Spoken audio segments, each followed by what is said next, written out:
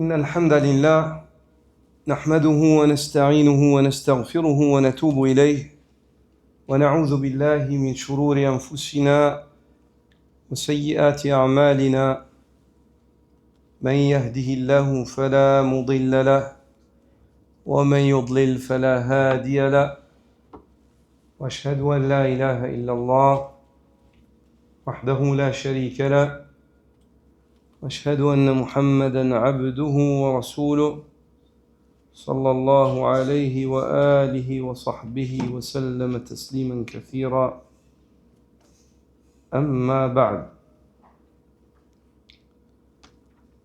On continue avec ce thème, les deux sources de tentation, de fitan. Et c'est le troisième cours.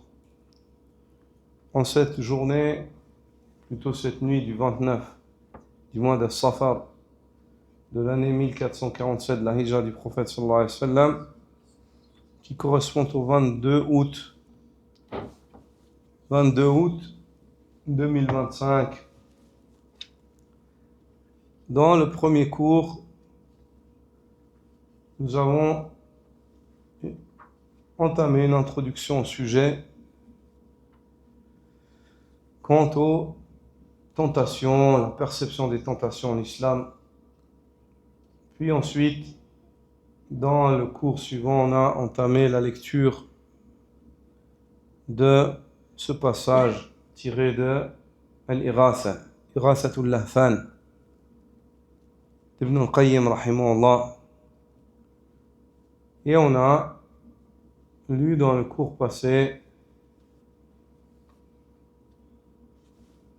lorsqu'il traite des ambiguïtés, la tentation des ambiguïtés, rahimahullah.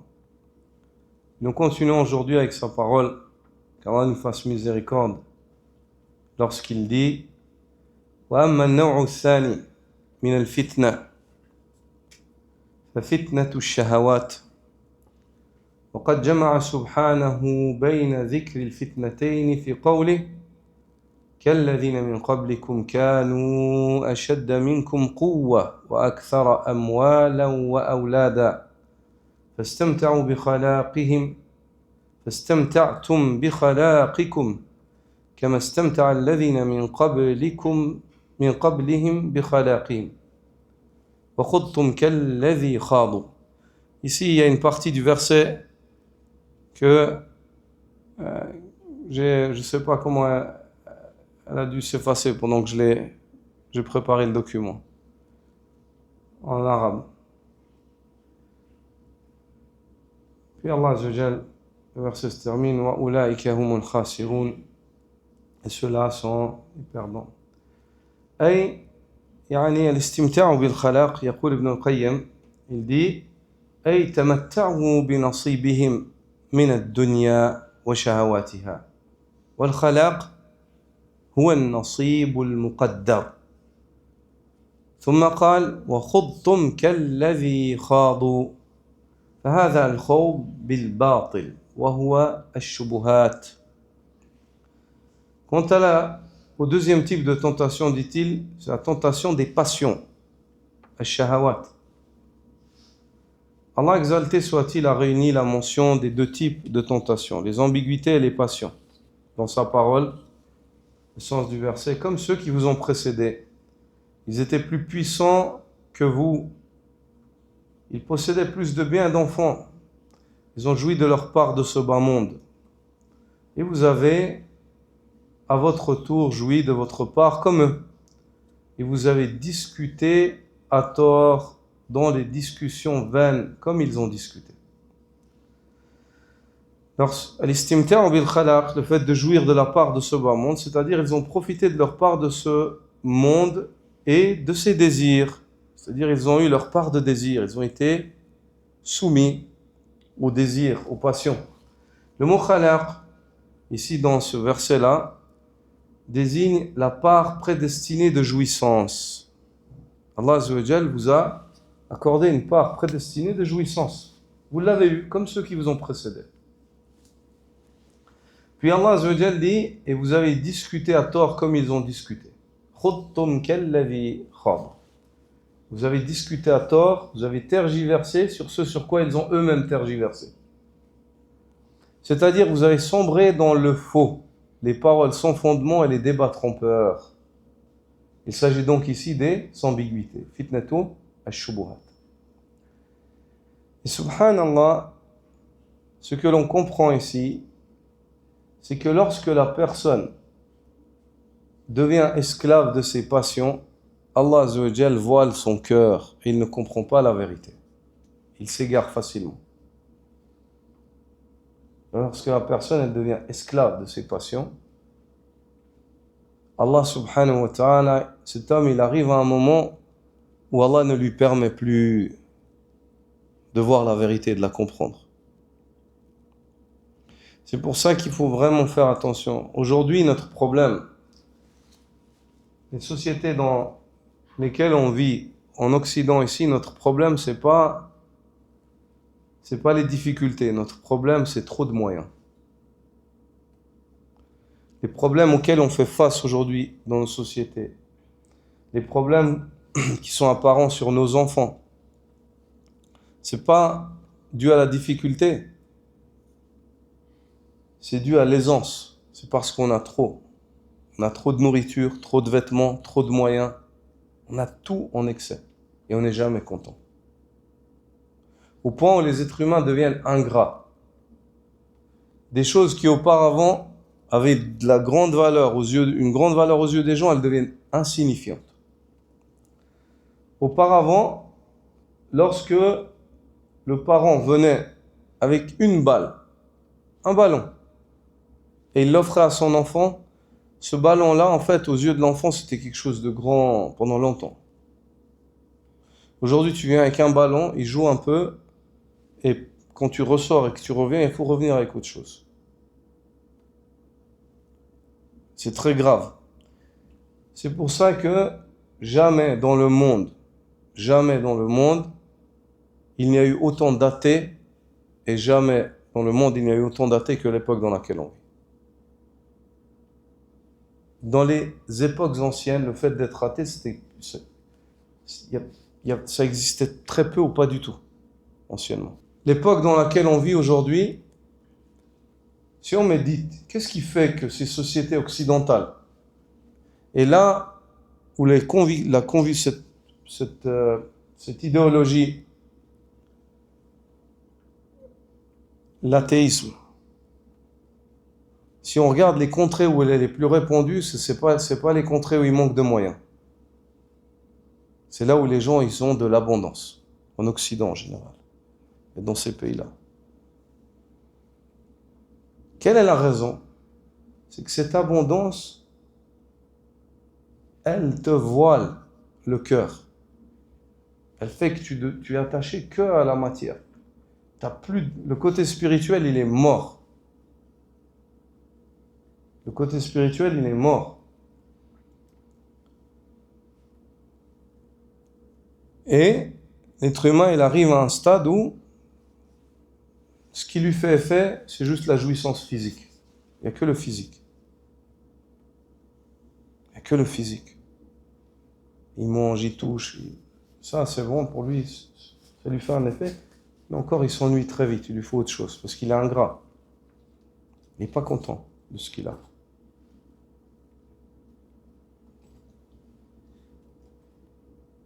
Vraiment, si on prend en considération cette situation aujourd'hui, c'est ça qui nous fait défaut. C'est l'excès de choses qu'on possède. L'excès de choses qu'on possède.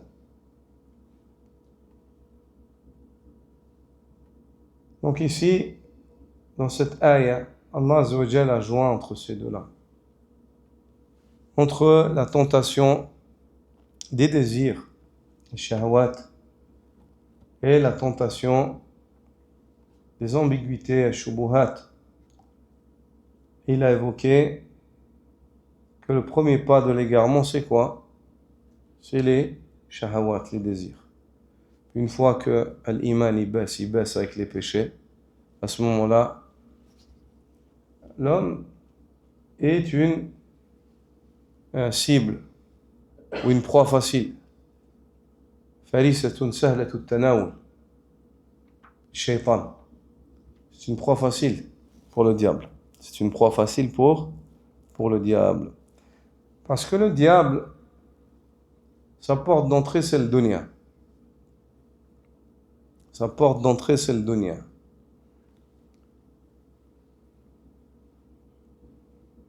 C'est pour ça qu'Allah subhanahu wa ta'ala, à la fin de sourate Luqman, il avertit l'homme face au danger du dunya avant de l'avertir face au danger du shaitan. Car le dunya, il est plus dangereux pour l'homme que le shaitan. Le dunya, retiens ça, il est plus dangereux pour toi et moi que le shaitan. فَلَا تَغُرَّنَّكُمُ الْحَيَاةُ الدُّنْيَا وَلَا يَغُرَّنَّكُمْ بِاللَّهِ الْغَرُورُ. Ne vous laissez pas tromper par la vie d'ici-bas et que le trompeur ne vous trompe pas au sujet d'Allah. Allah Azza wa Jal d'abord t'avertit face au dunya. Puis ensuite il t'avertit face au trompeur. Car le trompeur sans le dunya, il est faible, il n'a pas d'accès. Il faut qu'il ait des appâts. C'est le dunya, son appât. Il va t'attirer avec le dunya.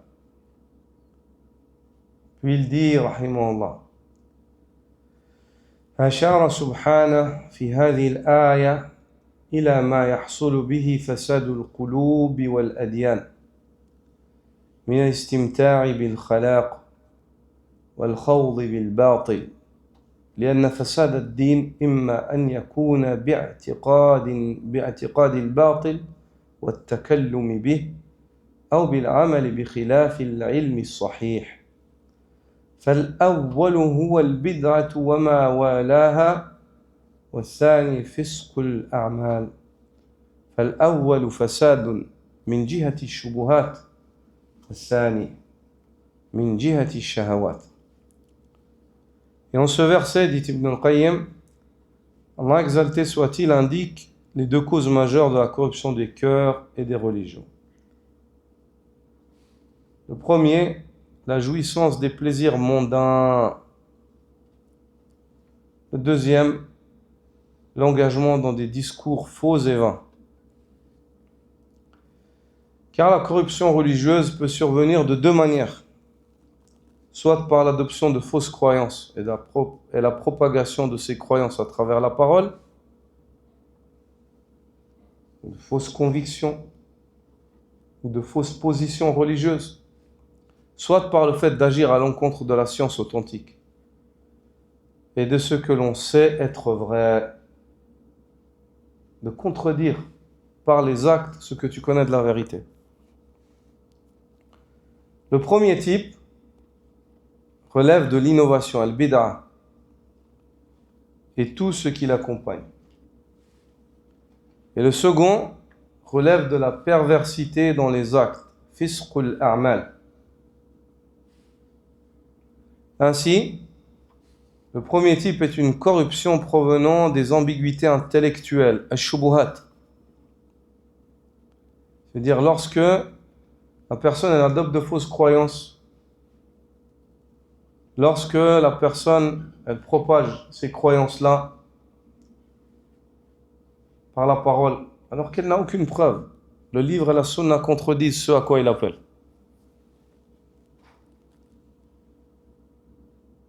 Cette personne-là, elle est corrompue intellectuellement. En religion, elle est corrompue. Ses connaissances sont corrompues.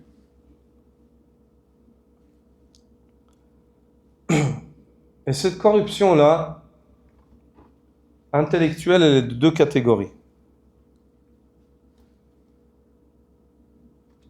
L'une d'entre elles, c'est par erreur. Elle a adopté cette conviction, elle est convaincue que c'est vrai, mais pourtant c'est faux. Et ça, en règle générale, c'est très très difficile que ces gens reviennent. Allah Azza wa Jalla dit قُلْ هَلْ نُنَبِّئُكُمْ بِالْأَخْسَرِينَ أَعْمَالًا الَّذِينَ ضَلَّ سَعْيُهُمْ فِي الْحَيَاةِ الدُّنْيَا وَهُمْ يَحْسَبُونَ أَنَّهُمْ يُحْسِنُونَ صُنْعًا. Dis-leur au Muhammad, Voulez-vous que je vous informe de ceux qui sont les plus perdus en œuvre, ceux qui ont égaré leur cheminement dans la vie d'ici-bas, tout en pensant qu'ils font le bien. Ali radiallahu ta'ala anhu, il a lu cette ayah, il a dit « Oulaïka al-Khawarij ». Il a dit ça, c'est les Khawarij. Et la deuxième catégorie, et celle-là, elle est pire dans l'intérieur. Pas dans l'extérieur, mais dans l'intérieur, elle est pire encore. C'est ceux qui sont convaincus que ce à quoi ils appellent est faux, mais pourtant ils continuent d'appeler. Ça, c'est la malhonnêteté intellectuelle. Il sait que c'est faux. Il sait que c'est faux, mais il continue d'appeler. C'est pour cela que l'un des ulama a dit à un des Mu'tazila, il l'a regardé, il a dit « A'lam, annaka ta'lam, annani sadiq wa anta kadhib » Il l'a regardé dans les yeux, il a dit « Je sais que tu sais que je dis la vérité et que toi t'es un menteur. » Un des gens de la Sunna, il a regardé, cet innovateur, il l'a regardé dans les yeux. Il a dit « Wallah, il a dit, je sais que toi tu sais que moi ce que je dis c'est vrai et que toi t'es un menteur. » Et ça c'est une des pires catégories qui puissent exister. Catégorie qui ressemble à qui? À qui? À Iblis, à Iblis. Iblis, il est convaincu il est sur le faux. Mais il appelle à cela. Qu'Allah Azza wa Jalla nous préserve de la corruption. Donc le premier type, dit-il, est une corruption provenant des ambiguïtés intellectuelles, shubuhat. Et le second type est une corruption provenant des passions charnelles, ash-shahawat. Puis il dit وَلِهَذَا كَانَ السَّلَفُ يَقُولُونَ احذروا من الناس صنفين صاحب هوى قد فتنه هواه وصاحب دنيا أعمته دنياه وكانوا يقولون ويشير هنا إلى كلام سفيان الثوري الذي أشرنا إليه آنفا في الدرس الأول وكانوا يقولون احذروا فتنة العالم الفاجر والعابد الجاهل فإن فتنتهما فتنة لكل مفتون. C'est pour cela que les pieux prédécesseurs disaient « Méfiez-vous de deux catégories de personnes. Celui qui suit ses passions est prouvé par celle-ci au point où il s'est égaré. Et celui attaché à ce bas monde, aveuglé par son attachement. » Et il disait également « Prenez garde à la tentation du savant corrompu et de l'adorateur ignorant, car dans la tentation de ces deux réside la tentation de tout cœur vulnérable. Dans la tentation de ces deux réside la tentation de tout cœur vulnérable. » Ici, il s'agit de la parole de Sufyan al-Thawri. Cheikh al-Islam Ibn Taymiyyah, rahimahullah, évoque et dit la pire des corruptions, c'est lorsque le cœur est corrompu dans sa totalité. Il est corrompu au niveau de ses connaissances et il est corrompu au niveau de ses actes. C'est-à-dire, il est corrompu, il est malade par les ambiguïtés et malade par les passions. وأصل كل فتنة إنما هو من تقديم الرأي على الشرع والهوى على العقل.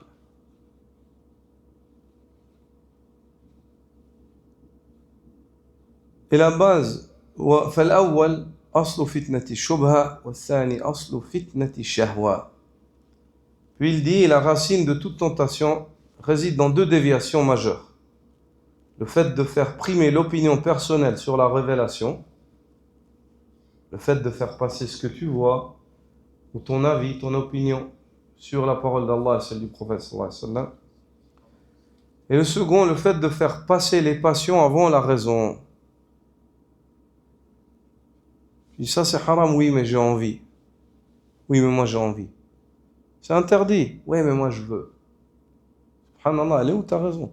T'es convaincu que c'est haram, t'es convaincu que si tu meurs pendant que tu fais ça, tu peux aller en enfer pour ça? Oui mais j'ai envie. T'as envie de te brûler?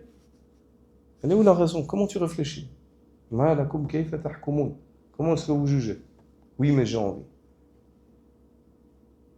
Il se peut que tu meurs en volant, il se peut que tu meurs en commettant de zina. Ça va très vite. Quand le moment vient, que l'ange de la mort il vient, tu n'as pas le temps de réfléchir. Tu n'as pas le temps de revenir en arrière. Réfléchis maintenant tant qu'il est encore temps. Elle est où la raison? Celui qui rentre dans le haram en sachant que c'est haram, qu'il sache qu'il est rentré en enfer. Il a décidé lui. Ça ne veut pas dire qu'il va forcément aller en enfer. J'ai pas dit ça. C'est-à-dire que lui, il est en train de prendre les causes pour passer par l'enfer. Lui, il n'est pas en train de prendre les causes pour se sauver. Il n'y a pas un savant qui te contredit là-dedans. Une personne qui commet un haram en sachant que c'est haram, c'est comme s'il dit, moi c'est bon, je suis prêt à aller en enfer.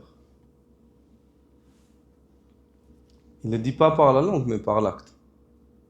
C'est comme s'il agrée. Il dit, c'est bon, moi, je veux payer le prix, je suis prêt. Si tout d'un coup je meurs et qu'Allah ne me pardonne pas, parce que lui il joue au loto. Il n'a pas pris les causes pour qu'Allah lui pardonne. Qui lui garantit à lui qu'il aura le temps de se repentir? Qui lui garantit à lui qu'il ne meurt pas en train de faire ça? Ça va vite, mon frère. Le moment où l'ange de la mort il vient, c'est même le mot seconde, c'est trop grand. Même le mot seconde, millième de seconde, c'est trop grand. C'est un décret d'Allah Azzawajal au préalable. Allah il sait, toi et moi on ne sait pas. Qui t'a garanti à toi que tu auras le temps de dire Astaghfirullah?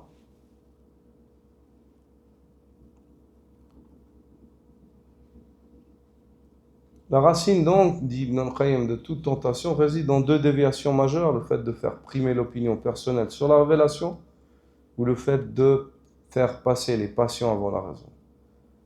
La première est la source des tentations intellectuelles, des ambiguïtés, des shubuhat. Quand tu fais passer ton avis, tu philosophes. Allah a dit oui, mais moi je vois, j'ai l'impression, mais... Ou bien tu commences à expliquer des choses en religion, tu n'as même pas étudié les principes fondamentaux de la religion. Tu t'es jamais assis pour les apprendre et pour qu'on te corrige. Tu commences à parler sur des grandes choses. Et la seconde, c'est la source des tentations comportementales, les passions, shahawat. Il dit fitnatu shubuhat tudfa bil yaqin wa fitnatu shahawat tudfa bis sabr. ولذلك جعل سبحانه وتعالى إمامة الدين منوطة بهذين الأمرين فقال وجعلنا منهم أئمة يهدون بأمرنا لما صبروا وكانوا بآياتنا يوقنون فدل على أنه بالصبر واليقين تنال الإمامة في الدين. Puis il dit les tentations des ambiguïtés se repoussent par la certitude de l'yaqin. Les ambiguïtés, comment tu dois... Maintenant on voit que nous, on a deux batailles en somme avec le shaitan. Le shaitan il a deux épées avec lesquelles il nous attaque. Il va nous attaquer par les ambiguïtés et il va nous attaquer par les tentations. Et nous on doit avoir deux épées pour répondre à ces épées-là. Pour se battre.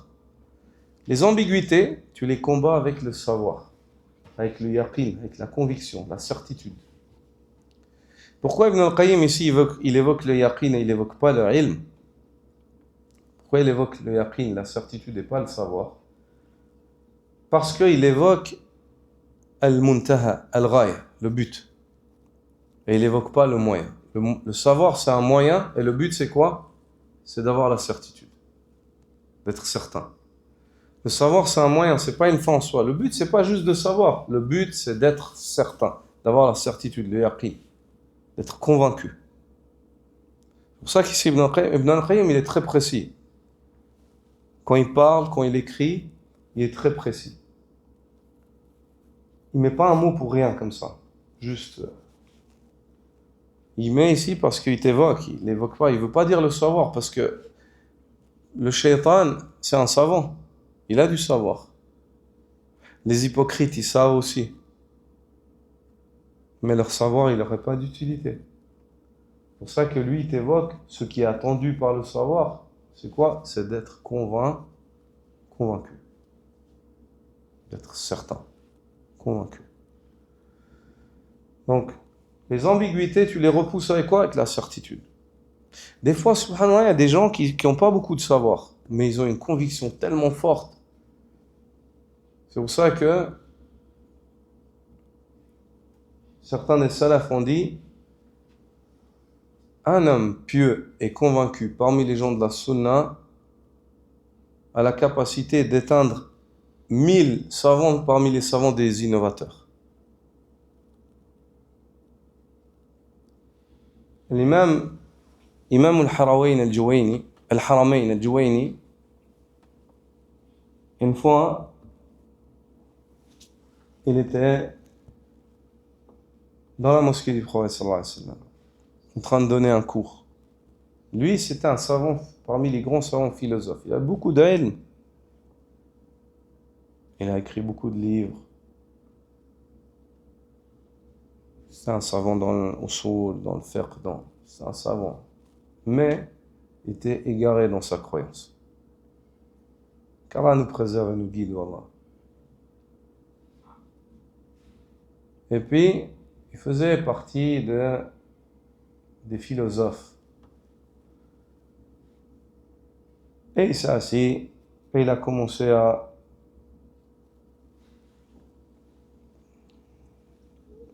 évoquer son refrain.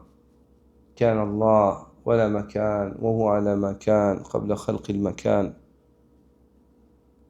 Allah était alors qu'il n'y avait pas de lieu. Il est là où il était avant qu'il crée les lieux.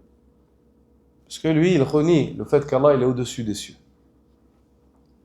Il reniait le fait qu'Allah il est au-dessus de la création. Al-ulu al-dhat. Et il y avait un bédouin parmi les Arabes qui était assis et qui l'écoutait. Il a dit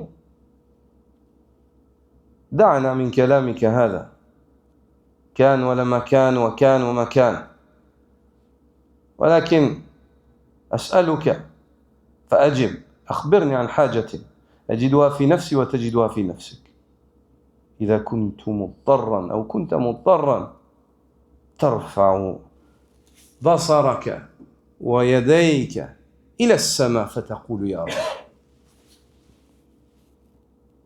Elle a dit, laisse-nous avec tes paroles, kan wala makan wala. Tu nous fatigues avec ces paroles, ces refrains-là. Elle a dit, mais informe-moi plutôt au sujet d'un ressenti que toi t'as en toi et que j'ai en moi. Qui est le fait que lorsqu'on est en détresse, on lève tous les deux les mains et les yeux vers le ciel, on dit Ya Allah. Au-dessus, on cherche Allah Azza wa Jalla. Comment on le cherche? Vers au-dessus des cieux. Ya Allah, Ya Rabbi. Il a commencé à s'arracher les cheveux, Al-Juwayni. Il a commencé à s'arracher les cheveux. Il a dit Hayyarani ar-rajul, hayyarani ar-rajul. Falaysa li jawab. Il a dit l'homme, il m'a mis dans une situation, j'ai pas de réponse à lui donner. Il m'a mis dans un embarras. J'ai pas de réponse à lui donner. Il s'agit ici de quoi? Un grand savant. Son nom, il est évoqué dans les livres de fiqh et ainsi de suite. Qui était égaré dans sa aqida. Un homme simple. Cet homme-là, on le connaît comment? On le connaît juste comme ça. Parmi les gens de la sunna. Et le récit, il est évoqué. Avec des chaînes de transmission, même dans les livres de ceux qui ne sont pas forcément d'accord. Subhanallah. Ou un autre homme. Et ça, il est dit qu'un homme parmi Al-Quburiya, les adorateurs des tombes, les mausolées, Il disait Madad ya Rasulallah, aide-moi au messager d'Allah vers la tombe du prophète sallallahu alayhi wa sallam. Il a dit Allah yahdik. Un homme parmi les Arabes l'a écouté, il a dit qu'Allah te guide, subhanallah. Innahu la yasma'uk. Tad'u mayyitan. Il a dit, il t'entend pas, t'invoques un mort. Il a dit là, il n'est pas mort. Il a dit Allah subhanahu wa ta'ala dit ولا تقولوا لمن يقتل في سبيل الله أموات بل أحياء عند ربهم يرزقون ولا تقولوا. Lui s'est arrêté. Ne dites pas de ceux qui sont tombés dans le sentier d'Allah, qui sont morts. Ils sont bel et bien vivants. Et le prophète sallallahu alayhi wa sallam est vivant. Le bédouin l'a regardé, il a dit Akmil al-aya. Il a dit complète le verset.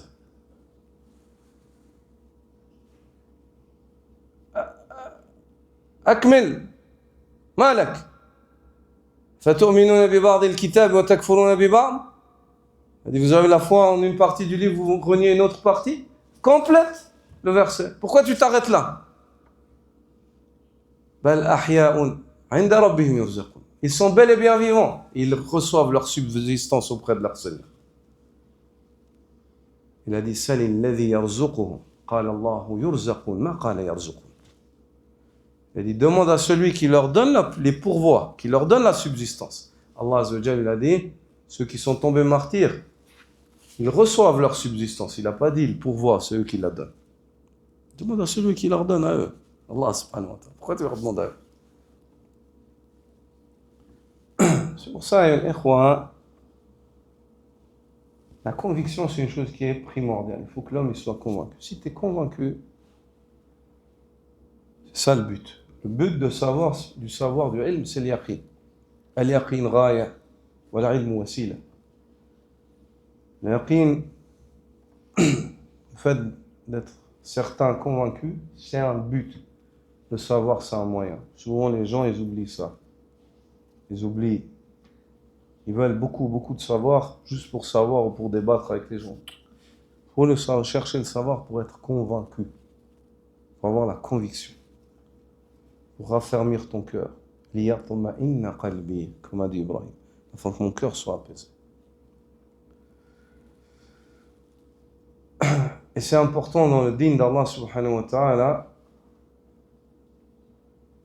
et ça rentre dans ilm al-maqasid, dans le savoir des buts, de savoir distinguer entre le ghayat ou le wasail, de distinguer entre les buts et les moyens.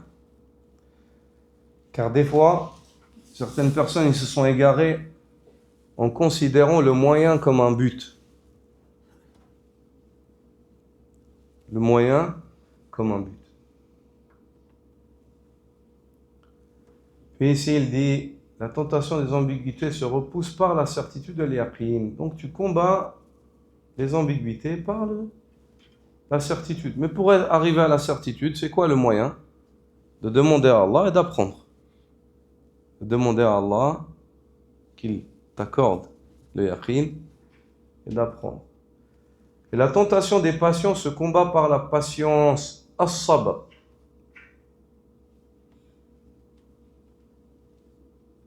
Les passions, il faut les combattre par la patience. Il faut patienter.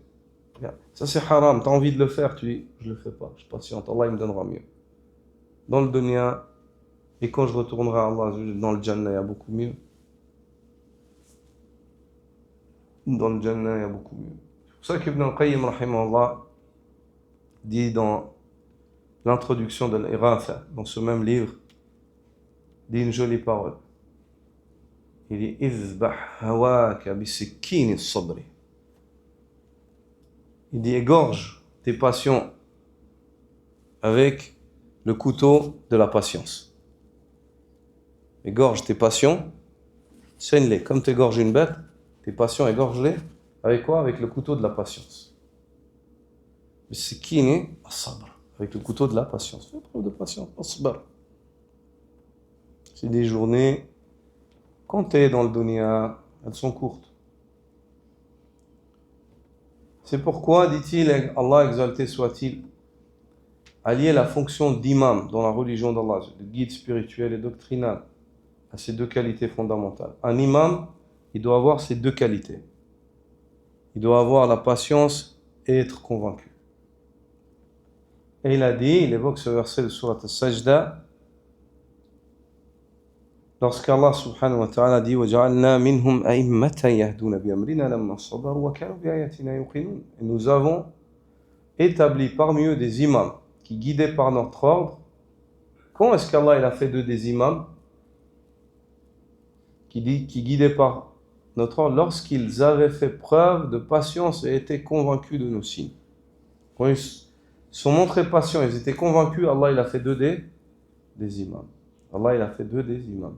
Ce verset montre clairement que la direction religieuse, l'imama en religion véritable, ne peut s'acquérir que par la patience et la certitude. Et là, il reprend une parole de son cheikh al-Islam Ibn Taymiyyah, où il évoque souvent dans ses livres, il dit وَكَثِيرًا مَا كُنْتُ أَسْمَعُ شَيْخَنَا قَدَّسَ اللَّهُ الرُّوحَ يَقُولُ بِالصَّبْرِ وَالْيَقِينِ تُنَالُ الْإِمَامَةُ فِي الدِّينِ. Et souvent, j'entendais mon cheikh al-Islam Ibn Taymiyyah dire, sache Ibn al-Qayyim, que c'est par la patience et par la conviction qu'on atteint le degré d'imam dans la religion. C'est par la patience et la conviction qu'on atteint le degré d'imam dans la religion. Et il s'argumentait avec ce verset-là de Surat Al-Sajda. Ce verset-là, وَجَعَلْنَا مِنْهُمْ أَئِمَّةً يَهْدُونَ بِأَمْرِنَا لَمَّا صَبَرُوا وَكَانُوا بِآيَاتِنَا يُوقِنُونَ. Et nous avons fait d'eux des imams qui guidaient par notre ordre lorsqu'ils se sont montrés patients et étaient convaincus de nos signes, de nos versets. Ici, il est primordial de savoir et de te rendre compte que tu n'as pas le choix. Si tu veux avancer vers Allah, il faut que tu apprennes et que tu mettes en pratique. En apprenant, Allah Azzawajal augmente ta conviction, ta certitude. Et quand ta certitude elle augmente, les ambiguïtés, elles, s'éloignent. Et il faut que tu mettes en pratique, que tu honores ce par quoi Allah Azzawajal t'a honoré comme savoir en le pratiquant, en étant un pratiquant, un pieux. Et quand tu fais cela, plus tu pratiques et tu t'accroches à la pratique et ton but dans la vie c'est le din, Allah Azzawajal il éteint les passions, il les éloigne de toi. Parce que pour toi il y a quelque chose qui te réjouit plus que ça. فَبِذَلِكَ فَلْيَفْرَحُوا هُوَ خَيْرٌ مِمَّا يَجْمَعُونَ. Voilà ce avec quoi ils doivent se réjouir. Ceci est bien meilleur. Ceci est bien meilleur que ce qu'ils amassent du dunya. On se réjouit du iman. Le dunya, elle est source de questionnement.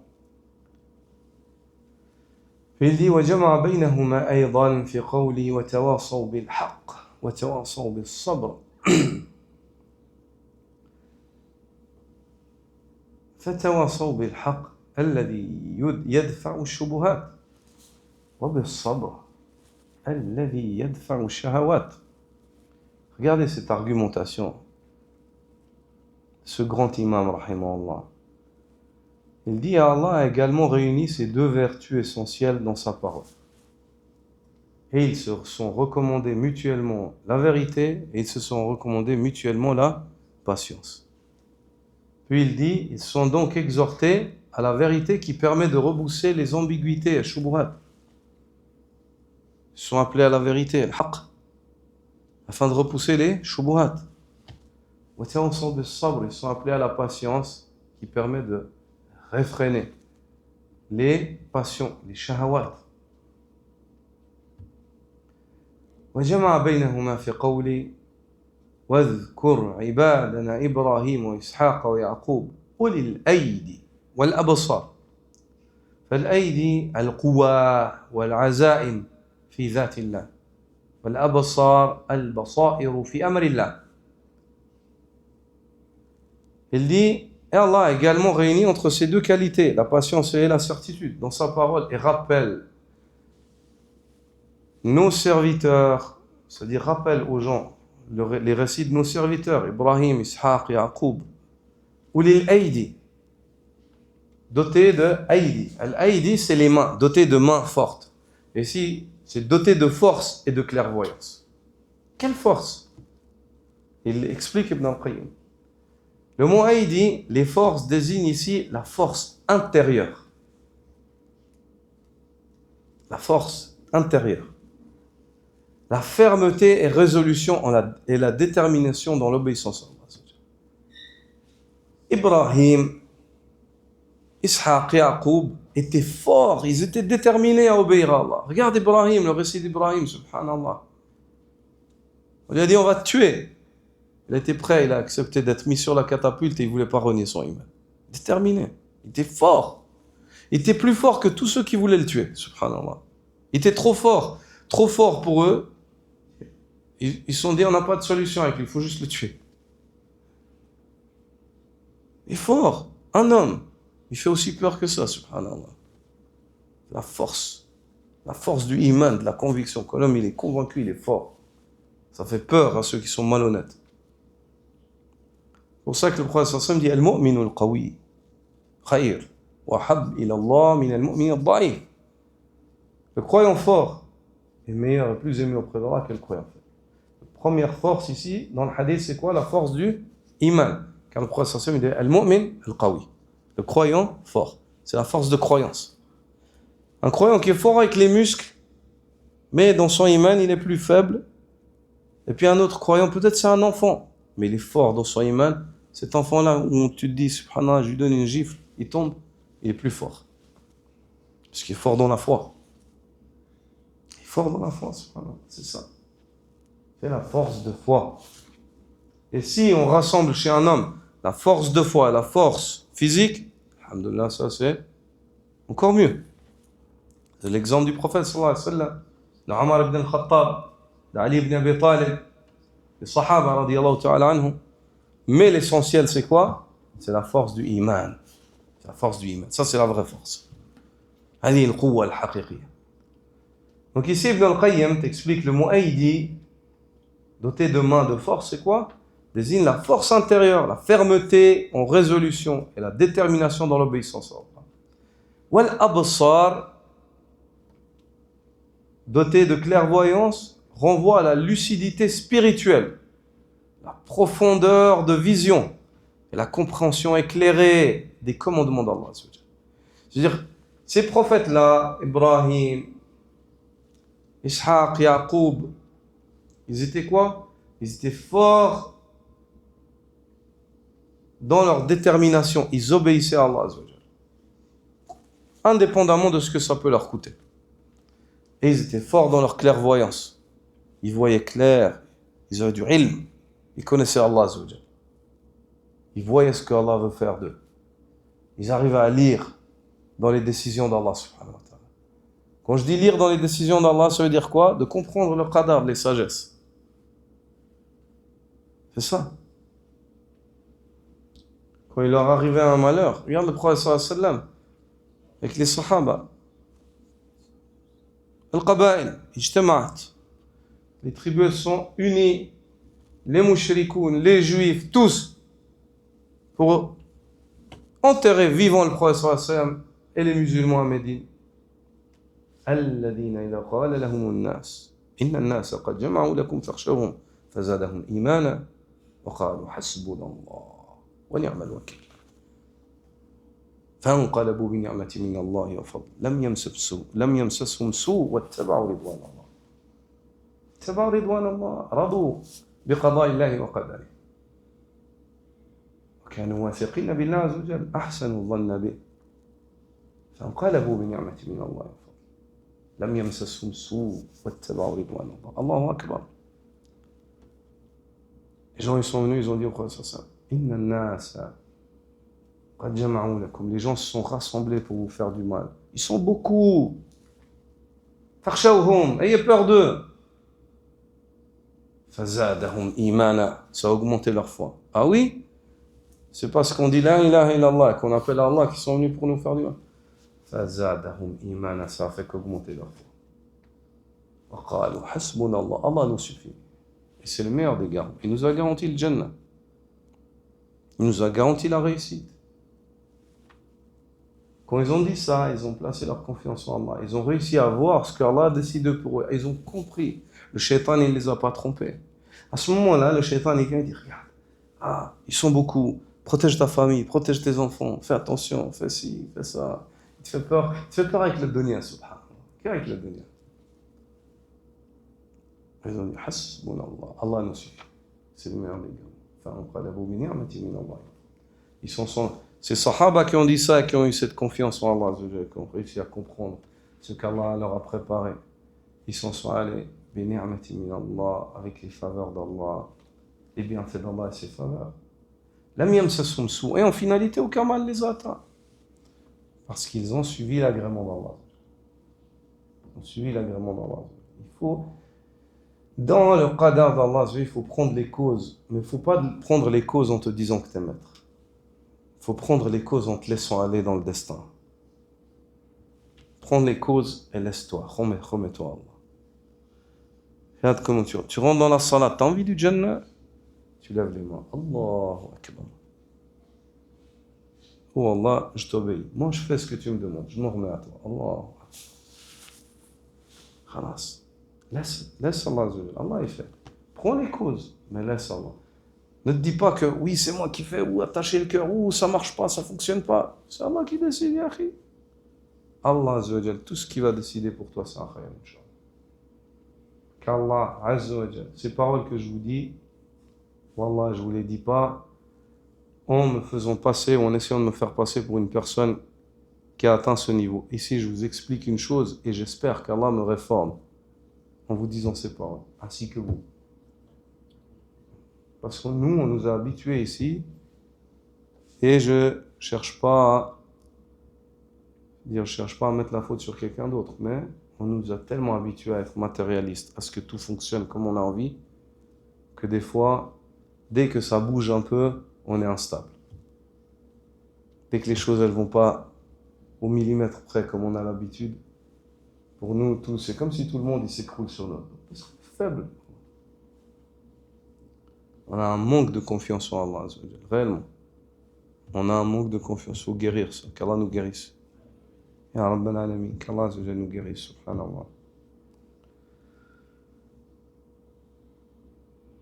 Il dit, donc ici, il évoque cette ayah à nouveau dans laquelle Allah subhanahu wa ta'ala rassemble entre ces deux qualités par lesquelles l'homme se préserve des tentations, la conviction et la patience. Puis il dit وعبارات السلف تدور على ذلك. قال ابن عباس أولي القوة في طاعة الله والمعرفة بالله. وقال الكلبي رحمه الله أولي القوة في العبادة والبصر فيها. وقال مجاهد الأيدي القوة في طاعة الله والأبصار البصيرة في الحق. وقال سعيد بن جبير الأيدي القوة في العمل والأبصار بصرهم بما هم فيه من دينهم. Et les commentaires des pieux prédécesseurs d'Ibn al-Qayyim, les salafs, tournent tous autour de cette compréhension. C'est-à-dire, al-Aidi, la force, c'est la force dans l'obéissance à Allah. Al-Basar, c'est l'ilm, la connaissance. Par exemple, il dit, Ibn Abbas a dit, il possédait la force dans l'obéissance à Allah et la connaissance profonde d'Allah et les prophètes. Al-Kalbi a dit, ils avaient la force dans l'adoration et la lucidité dans son accomplissement. Et Mujahid, quant à lui, a dit, les mains, al-Aidi, désignent la force dans l'obéissance à Allah. Et les regards, al-Absar, désignent la clairvoyance dans la vérité. Saïd ibn Jubayr a dit, les mains désignent la force dans l'action, dans le fait d'agir. Et les regards, leur conscience lucide de ce sur quoi ils se trouvent comme religion, ce sur quoi ils sont en matière de religion. وقد جاء في حديث مرسل إن الله يحب البصر النافذ عند ورود الشبهات ويحب العقل الكامل عند حلول الشهوات فبكمال العقل والبصر تدفع فتنة الشهوة وبكمال البصيرة واليقين تدفع فتنة الشبهة والله المستعان. Il est rapporté dans un hadith mursal. Le hadith mursal, ayyuha al-ikhwa, on a expliqué souvent. Qui sait nous dire ce que c'est un hadith mursal? Ma huwa al-hadith al-mursal? Qui sait nous expliquer?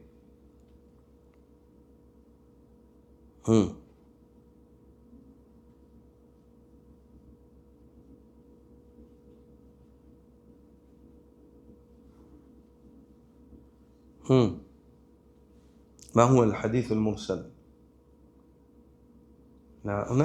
نعم. طيب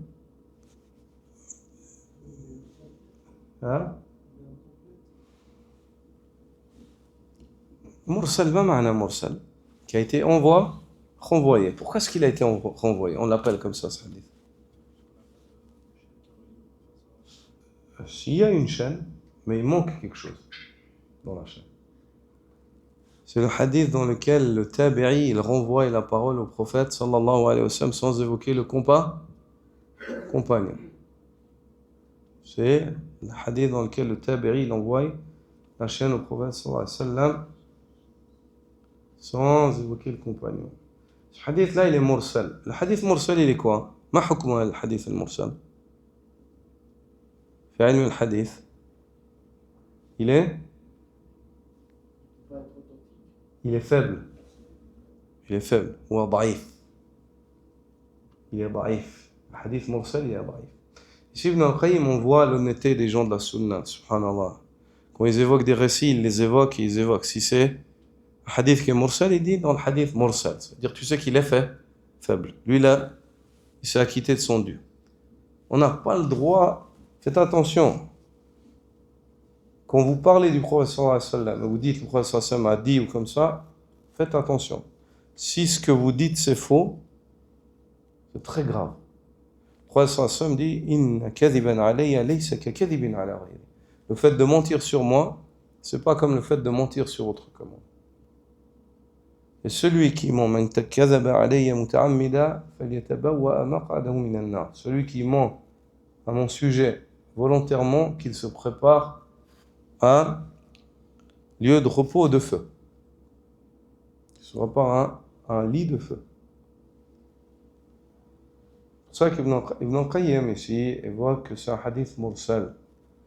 Et ce hadith-là, ukhrija muttasila, ولكن في سند رواة ضعفاء. Ce hadith-là, il a été évoqué avec des chaînes qui remontent à Imran ibn Hussein. Mais dans la chaîne de transmission, il y a des narrateurs qui sont faibles. Il y a des narrateurs qui sont faibles. Et ici, dans ce hadith, il est reporté dans le hadith mursal. Ce récit-là, le plus juste, les savants du hadith voient que c'est une parole des tabi'in. Ou min kalami at-tabi'in. Wa laysa min kalami an-nabi sallallahu alayhi wa sallam. La yunsab ila an-nabi sallallahu alayhi wa sallam haditha. On ne l'attribue pas au prophète sallallahu alayhi wa sallam comme hadith. Où il est dit que le tabi'in narre, sans évoquer le compagnon, cette parole où il dit Allah aime la clairvoyance perçante au moment de l'apparition des ambiguïtés. Et c'est juste. Le contenu du hadith, il est juste. Allah, il aime qu'un homme soit clairvoyant lorsqu'il y a des fitan.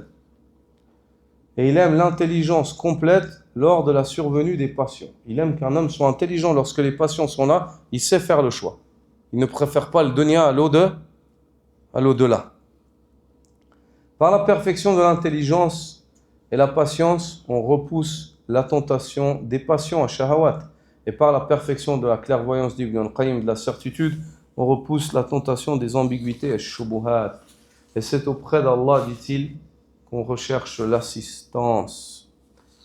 Et sur cela, nous avons fini d'étudier ce paragraphe. Subhanaka wa bihamdika ashhadu an la ilaha illa anta astaghfiruka wa atubu ilayk. Jazakumullahu khairan.